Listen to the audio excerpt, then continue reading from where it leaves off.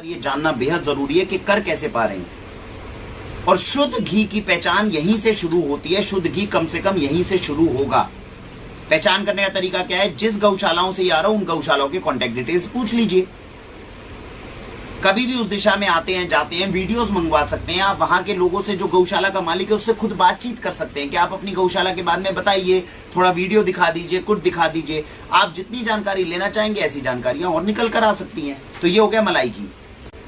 तो ये मलाई घी हुआ जिसके बारे में हम जानकारी ले सकते हैं। इसके बाद में आता है हमारे पास में वैदिक बिलोना घी। वैदिक बिलोना घी मतलब वो घी जो वेदों के अंदर जिसका मेथड वर्णन है, जैसे वेदों में वर्णित है उस प्रकार से ही घी को बनाने की विधि हमें करनी चाहिए। तो आपने देखा होगा ऐसे बहुत सारे पुराने श्री कृष्णा का सीरियल आता था, उसके अंदर आप देख रहे हैं कि भाई दूध की मलाई से घी पका लेते हैं, लेकिन वहां पे तो मथने का काम हो रहा है। तो ऐसे केस में क्या होता है, देसी गाय का दूध निकाला जाता है, दूध को निकालने के बाद में उसकी दही जमा दी जाती है। उसको उबाल के उसको मलाई नहीं निकाली जाएगी, उसकी सीधी दही जमा दी जाएगी।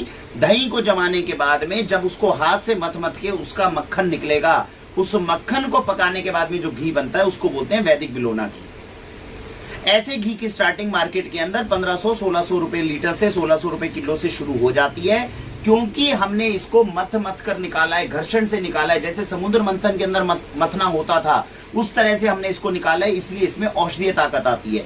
मलाई घी आपके शरीर में कोलेस्ट्रॉल पैदा नहीं करेगा, आपकी आर्टरीज को ब्लॉक नहीं करेगा, आपके हार्ट को नुकसान नहीं करेगा, जो अभी मार्केट का घी जो आप ले रहे हैं वो करता है।